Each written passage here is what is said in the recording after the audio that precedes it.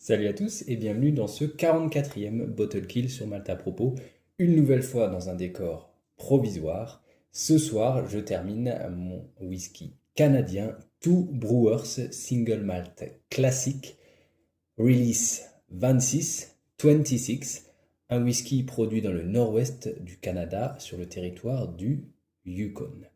Alors, c'est un whisky qui a été embouteillé il y a maintenant une dizaine d'années, 6-7 ans d'âge pour ce whisky. La release 26 est sortie en avril 2021 et c'était une édition limitée à un peu moins de 500 bouteilles. C'est un whisky qui désormais est introuvable sur le marché français. Il était déjà très dur à trouver à l'époque. Uniquement 500 bouteilles dans le monde et quelques-unes pour la France seulement. Et c'est pour cela que c'était un whisky aussi très cher, malgré aucune mention d'âge sur la bouteille. Une centaine d'euros pour ce whisky.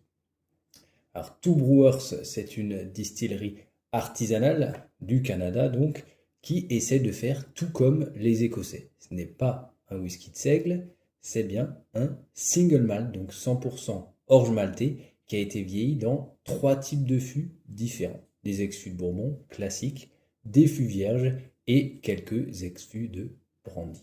Voilà, donc 6-7 ans d'âge pour ce whisky. On a à peu près tout dit. 46 degrés d'alcool, ni filtré, ni coloré. On va tout de suite voir ce que ça donne au nez. Alors au nez, on a un tout petit peu d'alcool, de la douceur, pas mal de sucrosité, du caramel et surtout une acidité. Un côté acidulé, un côté bonbon harlequin. C'est vraiment pour moi la dominante de ce nez. Alors c'est équilibré, un tout petit peu d'alcool, une toute petite note métallique, mais sinon c'est assez expressif, c'est juste un petit peu monolithique.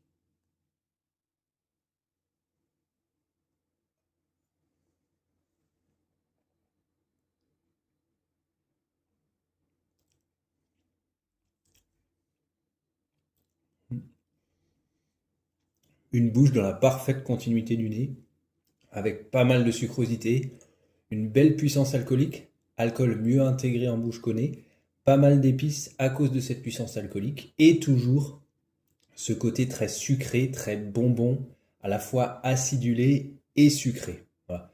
Donc c'est un whisky qui reste agréable à boire, mais qui ne correspond pas forcément à mes goûts d'aujourd'hui et qui n'est pas très complexe.